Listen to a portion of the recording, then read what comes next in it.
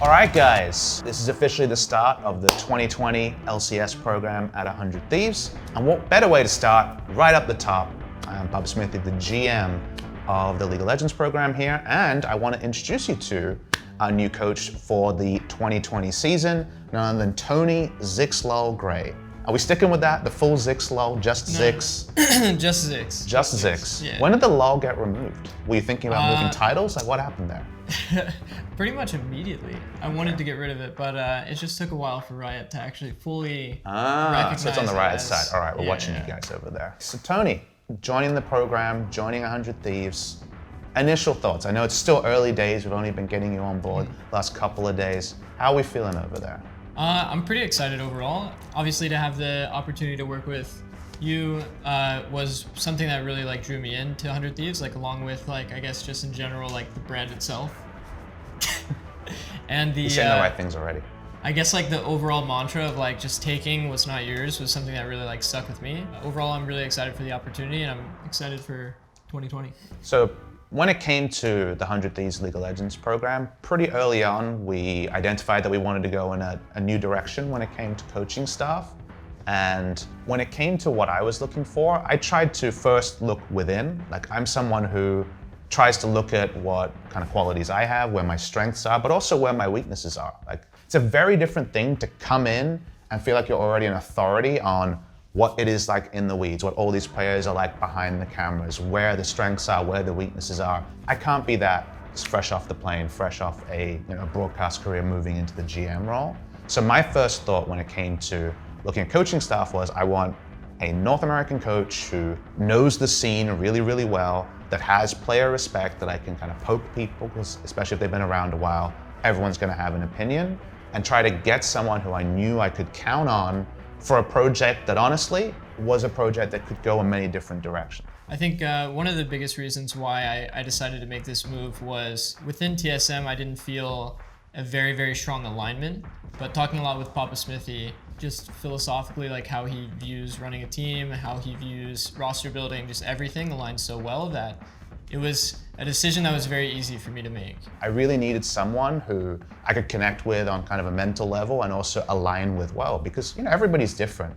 I don't want to get a second version of myself, but I want someone with competencies that I don't have, that also I can be kind of very upfront with, and we can negotiate together kind of tough decisions that if left to one person, you might miss out on a second perspective. You can give me the reality checks, and there's a lot of them. It turns out that you can't just come in and one-to-one copy a winning team and just get it going in a new region. Apparently there's regional nuances and culture and stuff involved, which sounds like rubbish to me, but that's what I'm hearing, is that apparently we're gonna have to be really specific about kind of how we target our success, and also mindful of just what the North American landscape is like. My view of what a GM should be is work really hard in identifying the right pieces, like we have with you as head coach, and then add value to those people and empower them to be the best they can be in their roles. And no BS, that's what I look at. You were my number one choice for head coach for 2020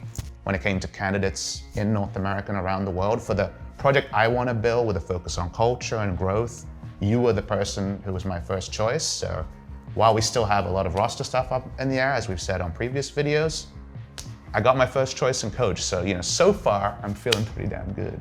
My question to you is, if you were going to spell that out, especially to our, new 100 Thieves audience for you, what is your philosophy, and what points are there that you think the fans should really appreciate and understand? I guess in general, in terms of philosophy, things I believe in, very much so, are is a level of psychological safety and trust, in the people around me, along with, I guess, very straightforward goal setting that's realistic, and just making sure that we're really focused on, if we have a full development roster as an example from 2020, that our goals are going to be around development, not really around getting the most amount of wins now, but getting those wins later when we actually successfully develop those players, and that every single day we're looking for development, not a shortcut on how to win a game this weekend. And I think that was one of the things that really resonated with me as a person that's always put a lot of trust in the people I work with. That's always been my number one focus, at times even to a fault. in the past, but it's definitely something that I'm looking forward to. So I think a lot of people have heard your name, they've seen you on stage. You know, we already showed the hero shots, right? Madison Square Garden, CLG finally winning the big one. You were there. Going to the finals of MSI the year afterward in 2016, you were there. You know, I even remember when I was talking to my really good friend Monte Cristo about you being his assistant coach, you know, even before those times that most people remember. So like that's a long career. We're talking what, like 6 years or so, kind of in the professional scene. How do you reflect on the good old days and then kind of the learnings of maybe the more recent years? And how do you take those learnings and put it together for the 100 Thieves phase of your career? I definitely think what excites me in general about I guess the reflection of looking in the past and then looking to where we are now, it's the future that we have with 100 Thieves is almost that of a clean slate in terms of our management and coaching staff overall is completely revamped and kind of starting fresh. So we get to really sculpt what 100 Thieves is going to look like. And along with all of the experience that I have from all of my past successes, I think that came with a lot of, I guess, really important lessons to take away, especially surrounding, I guess, how I view coaching. I've tried a lot of different styles to kind of see what best fits me and what best fits League of Legends in general. And I think what I'm currently at now is probably the best understanding of what I feel is the best way to coach currently. That's something that I've put into TSM's culture when I was there last split, and something that I really want to help build within 100 Thieves. So Tony, I want to put you on the spot a little bit. Hot topic about NA at Worlds, player development, roster direction. You know, teams have tried stacking rosters, teams have tried many different things, but you know, we don't have the specifics yet, but at least our ideas of where we're at in terms of kind of roster construction and honestly, NA talent development, because it doesn't feel like just the kind of topping up with imports is actually going to find that success. And that feels like a different conversation to maybe 2 years ago, where it felt like we were close, but not quite there. I think that within NA, there's been a lapse of judgment when it comes to scouting specifically. You hear about all these stories of in China, for example, the development ladder, houses and stuff. Yeah, right? yeah, and the ladder itself is as soon as one person pops in to Challenger, that person's already been talked to by multiple teams. Yeah. And that's something that we don't currently have in NA. That we could just have a lot of talent. For example, Biofrost was primarily unknown until tested on TSM, and then now look at him.